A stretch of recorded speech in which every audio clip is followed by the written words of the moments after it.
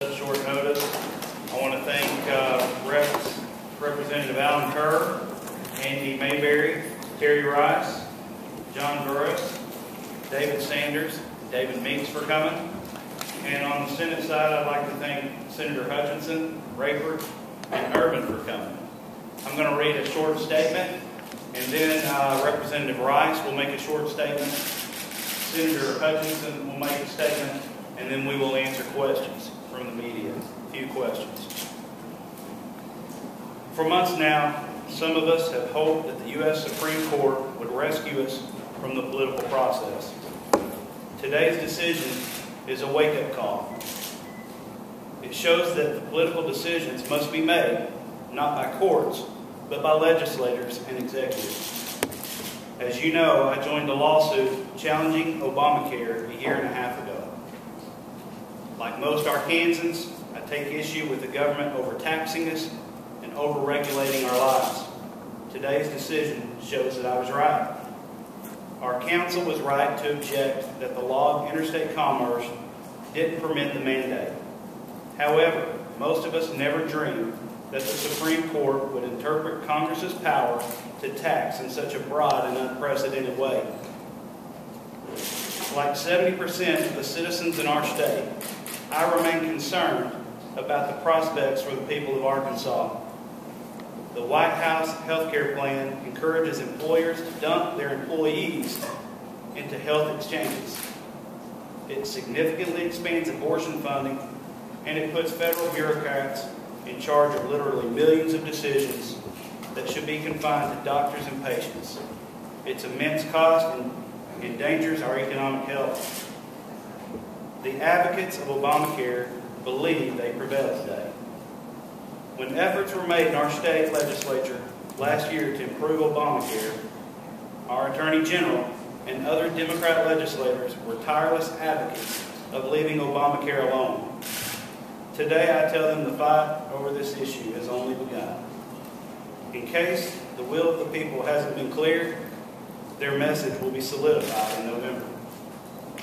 My desire is for a new president and Congress who will repeal and replace this law, and state legislatures who will stand firm against it at their level. One ray of hope is the federal government cannot punish the states if they choose not to participate in this Medicaid expansion program. This decision underscores the fact that when Arkansas's political establishment said we had to grow government, they were wrong. What conservative legislators have been saying was right. We unnecessarily wasted millions of dollars starting these exchanges when we didn't have to. In addition, Arkansans were promised their taxes would not go up. Because of this law, clearly ObamaCare is now nothing but a tax that forces people into a decision against their will. President Obama promised us that he would not raise taxes on the middle class. The Supreme Court has now revealed that our president is responsible for one of the largest middle-class tax increases in history. My first reaction this morning was disappointment. In fact, however, the court has put this issue back where it belongs, in the hands of the states. I pledge to continue to stand up for Arkansans, and together we can and will get government out of our lives and will bring real reform to our healthcare system. Today I call on every elected official who serves in this Capitol, whether they're a Democrat or Republican, to publicly take a stand. While your vote on this issue will be recorded next session, Arkansans deserve to know where you stand right now. Will you side with President Obama and continue to burden Arkansans, or will you join me and others in bringing real health care reform to our state?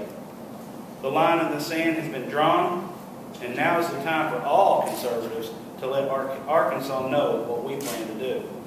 Conservatives in Arkansas now have a chance to reform the Patient Protection Act so that it's better for patients, for doctors, and for our country.